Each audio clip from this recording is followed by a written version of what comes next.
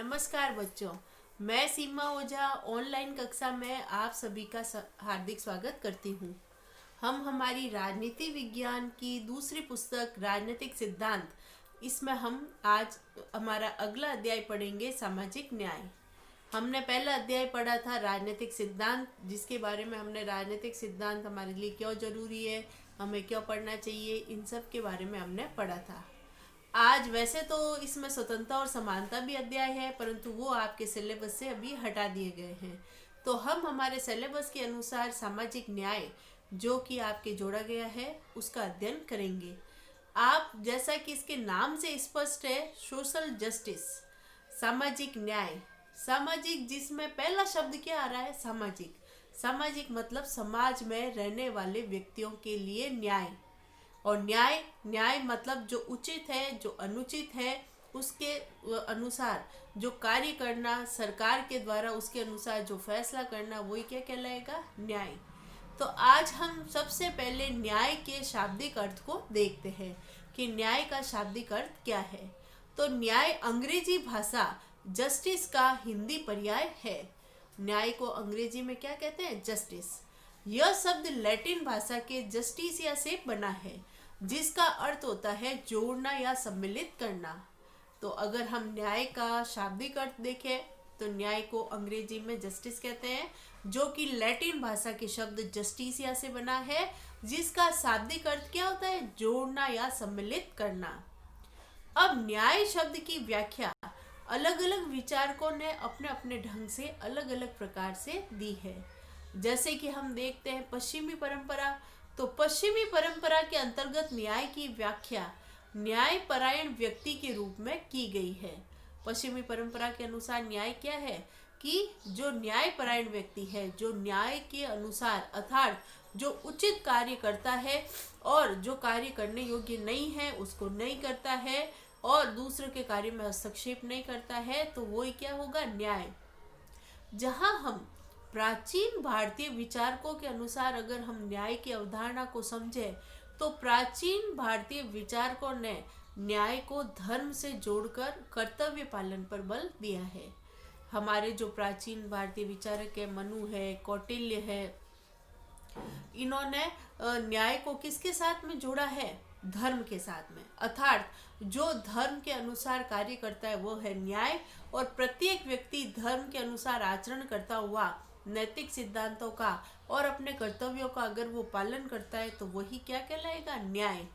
इसी प्रकार से पाश्चात्य विचारकों में अगर हम देखें तो पाश्चात्य विचारकों में सर्वप्रथम प्लेटो ने न्याय को आत्मीय गुण माना है।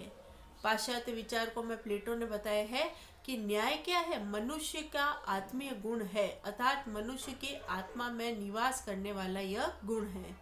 इसी प्रकार से अगर हम देखें तो अरस्तु ने न्याय को सद्गुण माना है, अर्थात जो सद्गुण है, मनुष्य के अंदर निवास करने वाला गुण है और जो सद चरित्र से है, तो उसी को उन्होंने, अरस्तु ने, न्याय बताया है। इसी प्रकार अगर हम देखें कि मध्यकालीन विचारक, तो मध्यकालीन विचारकों में राज्य के प्रति कर्तव्यों के पालन को ही न्याय कहा है। जैसे कि थॉमस एक्विनास है मध्यकालीन विचारकों में, तो इन्होंने न्याय क्या बताया है, न्याय है व्यक्तियों का कर्तव्य, राज्य के प्रति अपने कर्तव्यों के पालन को ही उन्होंने न्याय बताया है कि एक नागरिक के नाते हमारी क्या कर्तव्य है, हमारी क्या ड्यूटी बनती है कि हम एक राज्य में रहते हुए किस प्रकार से कार्य करेंगे, तो उसे ही उन्होंने न्याय बताया है। आधुनिक काल में अगर हम देखें तो डेविड ह्यूम और बेंथम, मील आदि ने न्याय को उपयोगिता के सिद्धांत से संबंधित किया है। अगर हम आधुनिक काल में देखें तो आधुनिक काल में न्याय क्या है, जैसे कि बेंथम और मील ने बताया है कि उपयोगिता के सिद्धांत, उपयोगी अर्थात जो व्यक्ति के लिए उपयोगी है, जरूरी है, जो व्यक्ति को सर्वाधिक सुख प्रदान करने वाली चीज है, उसे ही वो उन्होंने न्याय बताया है। और जो व्यक्ति को सुख प्रदान नहीं करता है, दुखी करता है और जो व्यक्ति के लिए उपयोगी नहीं है, वह न्याय नहीं है। इसी प्रकार से वही जॉन रॉल्स ने न्याय को औचित्यपूर्ण न्याय की चर्चा की है, अगर हम जॉन रॉल्स का न्याय सिद्धांत देखें, जो कि आपके इसमें कोर्स में है, आपकी पुस्तक में है, जिसका अपन अब आगे अध्ययन करेंगे, तो उसमें जॉन रॉल्स का जो न्याय सिद्धांत है वो बहुत ही प्रसिद्ध और महत्वपूर्ण है। उसमें उन्होंने बताया है कि जो मनुष्य के लिए औचित्यपूर्ण है, जो उचित है, वही क्या है, न्याय। तो इस प्रकार से हमने न्याय के शाब्दिक अर्थ को देखा और हमने देखा कि न्याय के बारे में विभिन्न विचारकों ने अपने विभिन्न कालों में, जैसे कि प्राचीन काल में, मध्य काल में, पाश्चात्य विचारकों ने, आधुनिक विचारकों ने, जैसे कि आधुनिक ने उपयोगितावादी सिद्धांत दिया है। तो इस प्रकार से अलग अलग समय में अलग अलग विचारकों ने न्याय के बारे में अपने सिद्धांत दिए हैं। अब हम इसमें आपके जो बहुत ही महत्वपूर्ण है, प्लेटो और अरस्तु। वैसे तो आपकी पुस्तक में बहुत ही संक्षिप्त में दिया हुआ है, मैं आपको थोड़ा समझाने के हिसाब से इसमें डिटेल से थोड़ा बता रही हूँ कि प्लेटो और अरस्तु ने न्याय को किस रूप में बताया है, तो इससे आपको न्याय सिद्धांत अच्छे से समझ में आएगा। तो प्लेटो ने न्याय संबंधी जो विचार दिए हैं, वो पाश्चात्य विचारकों में सर्वप्रथम न्याय का जो सिद्धांत दिया है वो प्लेटो ने दिया है। और यह उन्होंने अपना न्याय का सिद्धांत किसमें दिया है, उनकी पुस्तक थी रिपब्लिक, जिसमें उन्होंने अपना न्याय का सिद्धांत दिया है। प्लेटो ने न्याय को आत्मा का सद्गुण माना है। जो मनुष्य में निवास करने वाली आत्मा है, उसमें मनुष्य का जो सद्गुण है वह क्या है, न्याय। उनके अनुसार न्याय से तात्पर्य प्रत्येक व्यक्ति को अपना निर्दिष्ट कार्य करना और दूसरों के कार्यों में हस्तक्षेप नहीं करना चाहिए। प्लेटो के अनुसार न्याय क्या है, प्रत्येक व्यक्ति को अपना निर्दिष्ट कार्य करना, जो अपना कार्य है, प्रमुख है, उसी को करना और दूसरों के कार्यों में हस्तक्षेप नहीं करना, यही उन्होंने न्याय बताया है। प्लेटो ने न्याय के दो रूप बताए हैं। पहला बताया उन्होंने व्यक्तिगत न्याय। व्यक्तिगत न्याय के अनुसार प्लेटो का मानना था कि प्रत्येक व्यक्ति को वही कार्य करना चाहिए जिसको करने से वह प्राकृतिक रूप से समर्थ हो, अर्थात सक्षम हो। प्लेटो क्या कहते हैं कि व्यक्तिगत न्याय के अंतर्गत उन्होंने बताया है कि प्रत्येक व्यक्ति को वही कार्य करना चाहिए जिसको वह करने से प्राकृतिक रूप से, जिसको वह कार्य करने से वह सक्षम हो। और व्यक्ति में अध्यापन, जैसे कि हम प्राकृतिक रूप से करने में कैसे सक्षम होगा, इसको एक उदाहरण से आप दे सकते हैं कि यदि किसी व्यक्ति में अध्यापन करने की क्षमता है तो उसे शिक्षण कार्य करना चाहिए।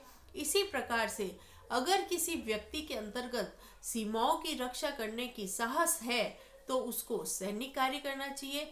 इसी प्रकार से अगर किसी व्यक्ति में इंद्रिय तृष्णा की भावना ज़्यादा है तो उसको उत्पादन का अगर करने की क्षमता है तो उसे उत्पादन का कार्य करना चाहिए, और अगर उसमें उत्पादन की क्षमता है तो वह किसान का कार्य करना चाहिए।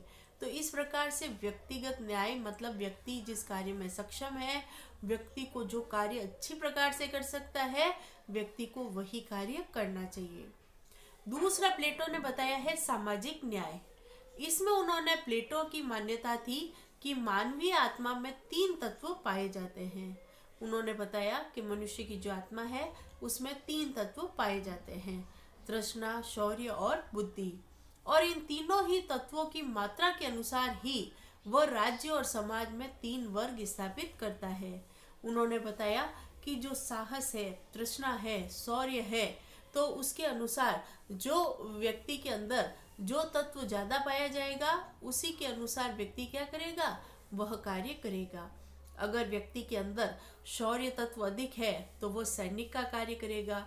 अगर उसमें बुद्धि का तत्व अधिक है तो वह शासक और राजा बनेगा।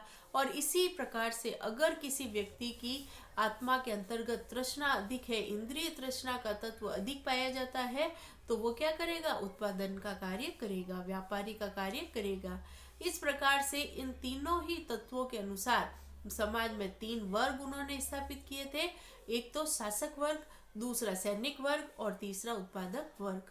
और उन्होंने सामाजिक न्याय के अंतर्गत बताया कि ये तीनों ही तत्व अपने निर्दिष्ट कार्य करेंगे और दूसरों के कार्यों में हस्तक्षेप नहीं करेंगे, तभी एक सकुशल सामाजिक न्याय की, सकुशल अच्छे आदर्श राज्य की स्थापना हो सकती है। तो यहाँ पे ये प्लेटो का सिद्धांत पूरा हुआ। अब हम देखते हैं अरस्तु के न्याय संबंधी विचार। प्लेटो और अरस्तु ने जो न्याय के प्रमुख विचार दिए हैं, ये न्याय के जाने माने और प्रसिद्ध विचारक हैं, इसलिए इनको पढ़ना जरूरी है। अब हम देखते हैं प्लेटो के शिष्य अरस्तु को राजनीति विज्ञान का जनक कहा जाता है। वैसे अगर हम देखें तो प्लेटो अरस्तु का शिष्य था और प्लेटो ने ही सबसे पहले पाश्चात्य विचारक दिए थे, उसके बाद में अरस्तु ने दिए थे। परंतु अगर हम देखें तो राजनीति विज्ञान का जनक किसको कहा जाता है? अरस्तु को। अरस्तु को राजनीति विज्ञान का जनक क्यों कहा जाता है? क्योंकि अरस्तु ही वह प्रसिद्ध विचारक था जिन्होंने की राजनीति को विज्ञान की दर्जा दिया था। इसके कारण अरस्तु को राजनीति विज्ञान का जनक कहा जाता है। अब हम देखते हैं अरस्तु की प्रसिद्ध रचना थी द पॉलिटिक्स। आपसे यहाँ पर रचना का, उनकी प्रसिद्ध पुस्तक का नाम याद रखना है। प्लेटो की प्रसिद्ध पुस्तक थी द रिपब्लिक और अरस्तु की प्रसिद्ध रचना है द पॉलिटिक्स।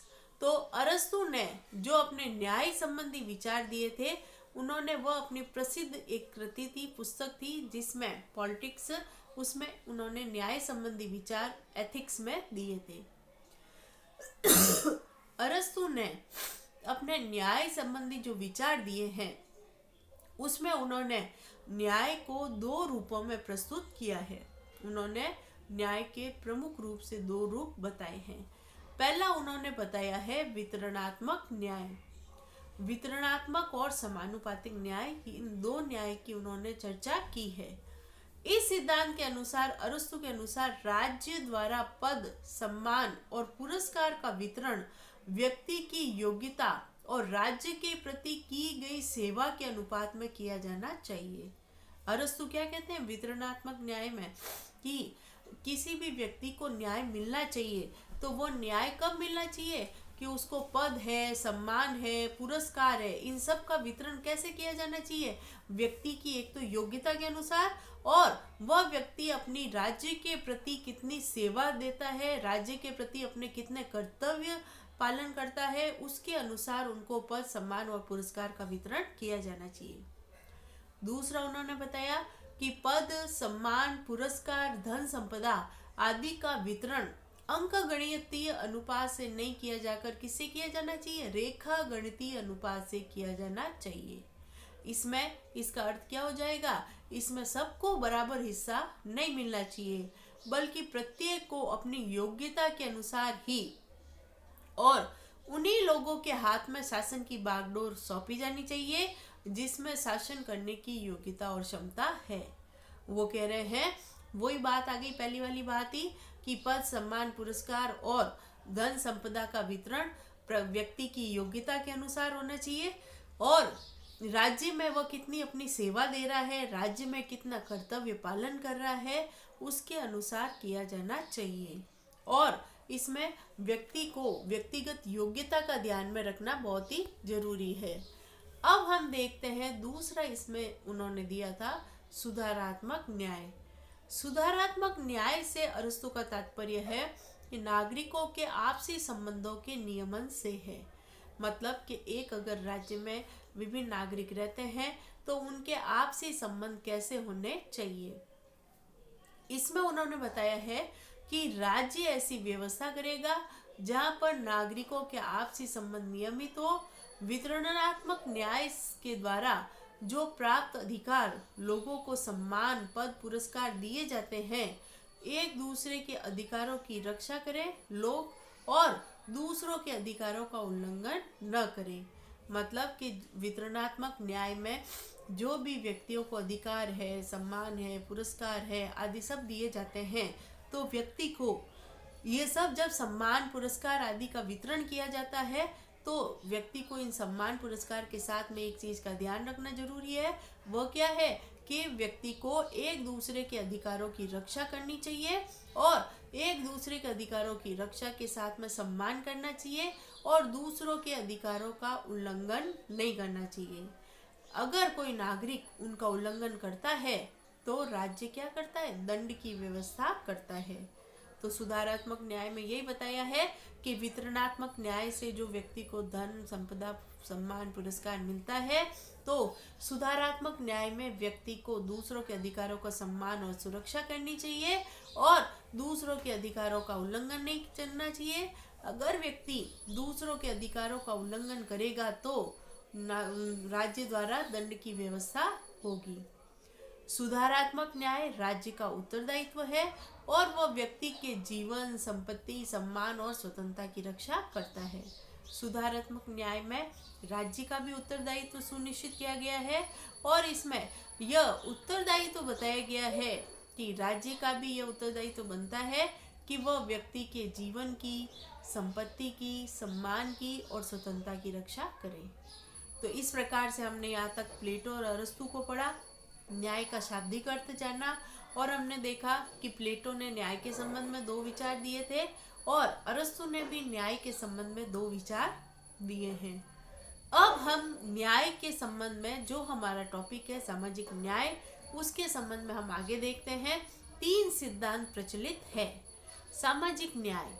सामाजिक न्याय का अर्थ क्या हुआ?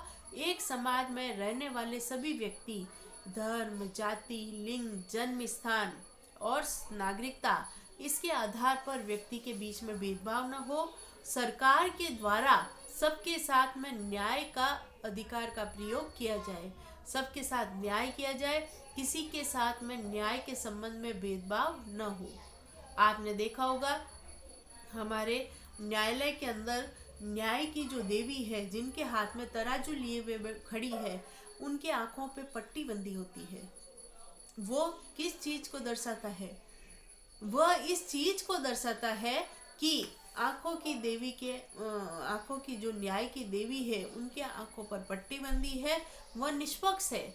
उनकी तराजू में जो सत्य है और असत्य है और उनमें जो निष्पक्षता के द्वारा उसका फैसला किया जाएगा, वह उसमें किसी भी प्रकार का भेदभाव नहीं होगा।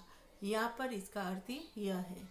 अब हम देखते हैं हमारे न्याय के जो 3 सिद्धांत दिए हैं, उसमें पहला आता है समान लोगों के प्रति समान बर्ताव का सिद्धांत। मतलब कि जो सभी लोग समान हैं, उनके प्रति समान बर्ताव किया जाना चाहिए। इसमें हम देखते हैं कि सभी के लिए समान अधिकार और भेदभाव की मनाही की जाती है, अर्थात सभी के साथ में समान व्यवहार किया जाना चाहिए। किसी भी प्रकार का अधिकार के आधार पर या भेदभाव नहीं किया जाना चाहिए।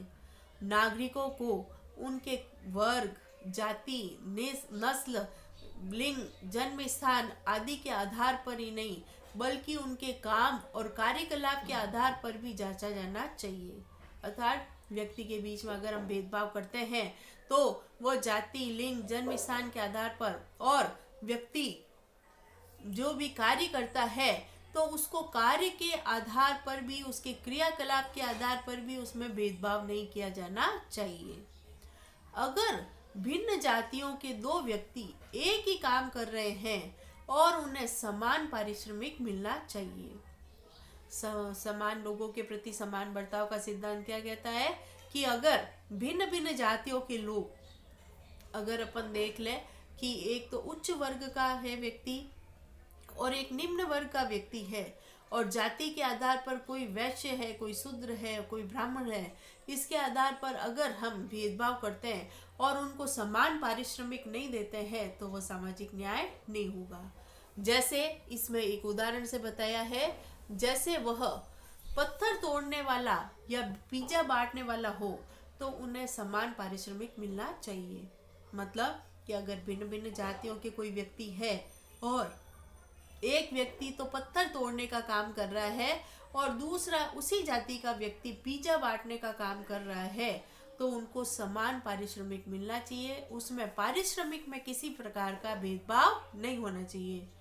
यदि किसी काम के लिए एक व्यक्ति को तो 100 रुपए मिल रहे हैं और दूसरे व्यक्ति को 75 रुपए मिल रहे हैं, और वह इसलिए मिलते हैं क्योंकि वे भिन्न जातियों के हैं, तो यह अनुचित होगा और अन्यायपूर्ण होगा। अगर हम देख रहे हैं कि अलग अलग जातियों के लोगों को इसलिए पैसे कम मिल रहे हैं क्योंकि वह भिन्न जातियों के हैं, तो इस प्रकार से अगर भिन्न भिन्न जातियों के आधार पर उनमें अगर भेदभाव किया जाता है तो ये क्या हो जाएगा, गलत होगा, क्योंकि वे भिन्न जातियों के हैं। इसी प्रकार से अगर हम देखें कि एक विद्यालय है और उस विद्यालय में कोई पुरुष शिक्षक है और महिला शिक्षक है, तो उसमें पुरुष शिक्षक को ज़्यादा वेतन मिलता है और महिला शिक्षक को कम वेतन मिलता है, जबकि वो सेम सब्जेक्ट और एक ही क्लास को पढ़ा रहे हैं। तो यह जो फर्क किया गया है वो भी कैसा है, नाजायज़ और गलत है।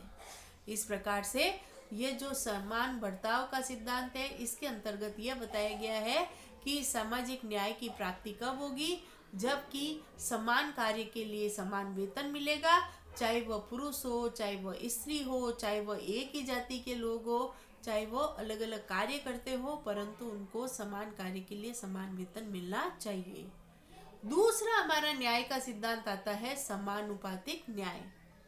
समानुपातिक न्याय का सिद्धांत क्या बताता है कि समान बर्ताव न्याय का ही एकमात्र सिद्धांत नहीं है। कभी कभी ऐसी परिस्थितियां भी हो सकती है जिसमें हम महसूस करते हैं कि हर एक के साथ में समान बर्ताव करना अन्याय होगा। वैसे तो अपन कहते हैं कि समान बर्ताव के लिए समान न्याय होना चाहिए, परंतु कई बार ऐसी परिस्थितियां हो जाती है जहाँ पे समान बर्ताव अगर हम करते हैं तो वो क्या हो जाएगा, अन्याय हो जाएगा। जैसे कि किसी भी परीक्षा में बैठे वाले सभी छात्रों को अगर हम समान अंक दे देते हैं, अगर कोई परीक्षा है और उस परीक्षा में अगर एक विद्यालय के सभी बच्चे बैठे हैं और हम सबको समान अंक देते हैं, तो वो न्याय नहीं कहलाएगा, क्योंकि कोई बच्चे तो उसमें मेधावी हैं, होशियार है, और कोई बच्चे बहुत ही कमज़ोर हैं। तो अगर हम सबको समान अंक दे देते हैं तो वो न्याय नहीं होगा। यह अगर हम ऐसी परीक्षा में बैठे वाले व्यक्ति को सभी को समान अंक दे दिए जाते हैं तो यह न्याय नहीं हो सकता है, क्योंकि मेहनत और कौशल को संभावित खतरे आदि को ध्यान में रखकर ही पारिश्रमिक दिया जाना चाहिए, और वही क्या होगा, न्याय संगत होगा। हम अगर एक विद्यालय में सभी छात्रों को, कुछ तो कमज़ोर है, कुछ होशियार है, कुछ मेहनती है और कुछ बिल्कुल ही मेहनती नहीं है, तो हम इस आधार पर अगर नंबर सबको समान दे देते हैं तो वह न्याय नहीं कहलाया जाएगा, क्योंकि इसमें जो व्यक्ति परिश्रम कर रहा है फिर वह परिश्रम नहीं करेगा। इसी प्रकार से हम एक और देखते हैं कि अगर हम इन मापदंडों का इस्तेमाल करें तो हम पाएंगे कि समाज में कुछ कामगार तबकों के ऐसे कारकों के मद्देनजर निर्धारित पारिश्रमिक नहीं मिलता। हम कई बार अगर ऐसा न्याय भी हम अगर देखें तो क्या होता है, कामगार तबकों मतलब कि कुछ ऐसे काम करने वाले लोग हैं जिनको काफ़ी ऐसे कारक होते हैं जिसके आधार पर उनको समान पारिश्रमिक भी नहीं दिया जाता है। वो कैसे, इसको भी एक उदाहरण से बताया गया है। जैसे कि खानमैन और श्रमिक और एक कुशल कारीगर और पुलिसकर्मी जैसे कभी कभी खतरनाक काम करने वाले लोग भी होते हैं, लेकिन सामाजिक रूप से जो उपयोगी पेशे में लगे लोगों को सदैव वह पारिश्रमिक नहीं मिलता है जो समाज में कुछ अन्य लोगों को होने वाली कमाई की तुलना में न्यायोचित होता है। हम देखते हैं कि कुछ लोग तो खतरनाक काम करते हैं, जैसे श्रमिक लोग हैं, इधर से हम देखें कुशल कारीगर है, पुलिसकर्मी है, और कुछ लोग हैं जो खतरनाक और जोखिम भरा कार्य करते हैं, जबकि कुछ लोग ऐसे होते हैं जो बिल्कुल जोखिम भरा कार्य नहीं करते हैं, आरामदायक कुर्सी पर बैठकर कार्य करते हैं, तो उसमें भी उनमें समान पारिश्रमिक मिलता है। तो यह क्या है, यह न्याय नहीं होगा। इसमें न्याय जो ज़्यादा खतरा उठाता है, जो ज़्यादा जोखिम भरा कार्य करता है, उसको ज़्यादा पैसा मिलना चाहिए और उनकी तुलना में उनको कम। समाज के लिए, न्याय के लिए समान बर्ताव का सिद्धांत समानुपातिक के सिद्धांत के साथ में संतुलन बैठाने की ज़रूरत महसूस करता है। वह क्या कहता है कि न्याय कब होगा समाज में, कि कोई व्यक्ति अगर ज़्यादा खतरे का कार्य करता है, जोखिम भरा कार्य करता है, तो उस व्यक्ति को ज़्यादा पारिश्रमिक मिलना चाहिए, और जो व्यक्ति आरामदायक कुर्सी पर बैठे हैं उसको उनकी तुलना में कम पारिश्रमिक मिलना चाहिए। तो उसमें जो व्यक्ति जितनी ज़्यादा मेहनत और परिश्रम करता है उसी अनुपात में उनको मेहनत का पैसा मिलना चाहिए। अब हम देखते हैं हमारे न्याय का तीसरा सिद्धांत आता है विशेष जरूरतों का विशेष ख्याल। अब विशेष जरूरतों का विशेष ख्याल का सिद्धांत अगर आप समझ सकें तो आपको इसके नाम से ही स्पष्ट हो जाता है कि हमारे समाज में वैसे तो हम जाति, धर्म, लिंग, नस्ल के आधार पर कोई भेदभाव नहीं करते हैं, परंतु अगर हम देखते हैं कि कुछ विकलांग लोग हैं, कुछ वृद्धजन है, या जो शारीरिक रूप से अक्षम लोग हैं, उनको विशेष जरूरत की जिनको आवश्यकता है, उनको ख्याल में रखते हुए उन्हें विशेष न्याय की व्यवस्था की जानी चाहिए। न्याय का जो तीसरा सिद्धांत है, इसमें हमें हर समाज के लिए हम नियम मान्य करते हैं। क्या मान्य करते हैं कि वह पारिश्रमिक जैसे कि कर्तव्यों का वितरण करते समय लोगों को विशेष जरूरतों का ख्याल रखने का सिद्धांत है। अगर हम देखते हैं इसके अंतर्गत तो कर्तव्यों का जब वितरण किया जाता है कि सभी व्यक्ति जैसा कार्य करेंगे उनको वैसी न्याय की व्यवस्था होगी, परंतु अगर कोई विशेष जरूरतमंद है और विशेष जरूरतमंद व्यक्ति है, अगर वो कार्य करते हैं तो उनको उनके कार्य को ध्यान में रखते हुए उनके साथ में न्याय की व्यवस्था होनी चाहिए। इसे सामाजिक न्याय को बढ़ावा देने का तीसरा तरीका माना गया है। सबसे ज्यादा बढ़ावा दिया गया है इसे विशेष जरूरतों का विकलांगता को वाले लोगों को कुछ खास मामलों में असमान और विशेष सहायता योग्य समझा जाना चाहिए। हम देखते हैं कि जो विकलांग है, वृद्धजन है, अक्षम है शारीरिक रूप से, तो उनको अन्य लोगों से विशेष सहायता मिलनी चाहिए और उनको विशेष योग्यता और विशेष योग्य माना जाना चाहिए। जो शारीरिक रूप से विकलांग है, उम्र में है या अच्छी ज़्यादा शिक्षा प्राप्त है और स्वास्थ्य सुविधाओं तक जिनकी पहुंच नहीं है, ऐसे कारक हैं जिनको ध्यान में रखना जरूरी है। अनेक देशों में विशेष बर्ताव को आधार समझा जाता है। अनेक ऐसे कारक हैं जिनको विभिन्न देशों में विशेष बर्ताव के लिए, विशेष जरूरतमंद के लिए विशेष आधार और प्रमुख आधार समझा गया है। इसके आधार पर हम देखते हैं कि यह माना जाता है कि जीवन यापन और अवसरों के बहुत ऊंचे स्तर का उपभोग करने वाले उत्पादक और जिंदगी जीने के लिए जरूरी न्यूनतम बुनियादी सुविधाओं से भी वंचित लोगों से हर मामले में बिल्कुल एक जैसा समान बर्ताव करने पर परिणाम समतावादी और न्यायपूर्ण नहीं होगा। हम देखते हैं कि काफ़ी जगह तो ऐसे होते हैं कि जो लोग ऐशो आराम से रहते हैं, जिनके पास जीवन यापन करने की सारी सुविधाएं होती है और जो अपनी ऊंचाइयों तक, बुलंदियों तक छूते हैं, और दूसरी तरफ ऐसे लोग भी होते हैं जिनको 2 समय का पर्याप्त भोजन भी नहीं मिलता है। तो ऐसे व्यक्तियों के साथ में अगर हम समान न्याय का सिद्धांत अपनाएं तो ये कैसा होगा? अनुचित और अन्यायपूर्ण होगा। कुछ मामलों में उनको विशेष सहायता देनी जरूरी है। अब हम देखते हैं कि उपभोग में बुनियादी सुविधाओं से वंचित लोगों के साथ में अगर हम ऐसा व्यवहार करें तो वह समतावादी और अन्यायपूर्ण होगा, बल्कि एक समान समाज स्थापित नहीं होगा। इसलिए संविधान में हम देखते हैं अनुसूचित जातियों और अनुसूचित जनजातियों के लिए सरकारी नौकरियों और शैक्षणिक संस्थाओं में दाखिले पर आरक्षण की व्यवस्था की गई है। हम देखते हैं कि हमारे समतामूलक समाज में इनमें सभी चीज़ों में उनको आगे बढ़ाने की दृष्टि से समाज में अनुसूचित जाति, अनुसूचित जनजाति, अन्य पिछड़ा वर्ग, इन सब के लिए विशेष आरक्षण की व्यवस्था की जाती है।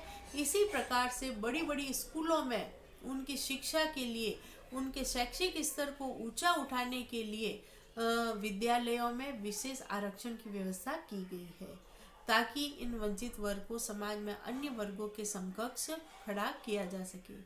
तो इस प्रकार से इनके लिए विशेष प्रावधान किए गए हैं।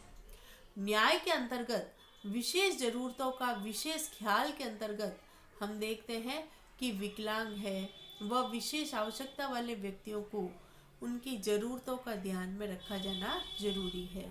हम देखते हैं जिन जिन को विशेष आवश्यकताओं की ज़रूरत है, जैसे कि विकलांग व्यक्ति है, महिला है, वृद्धजन है आदि, जो शारीरिक रूप से अक्षम है, तो उन सब के लिए विशेष ज़रूरतों को ध्यान में रखा जाना जरूरी है। तो यहाँ तक हमने न्याय के प्रमुख सिद्धांतों को देखा। न्याय का अर्थ क्या होता है इसको देखा, अरस्तु का न्याय, प्लेटो का न्याय देखा, और न्याय के संबंध में हमने 3 सिद्धांतों को देखा। समानुपातिक न्याय, समान लोगों के साथ समान न्याय का सिद्धांत, और विशेष लोगों के साथ में विशेष न्याय का सिद्धांत। तो हमने इन तीनों ही न्याय के सिद्धांतों को देखा, और आप अगले वीडियो में हम जॉन रॉल्स के न्याय सिद्धांत इसकी चर्चा करेंगे, और न्याय के परंपरागत स्रोत क्या है इनके बारे में हम चर्चा करेंगे। तब तक धन्यवाद।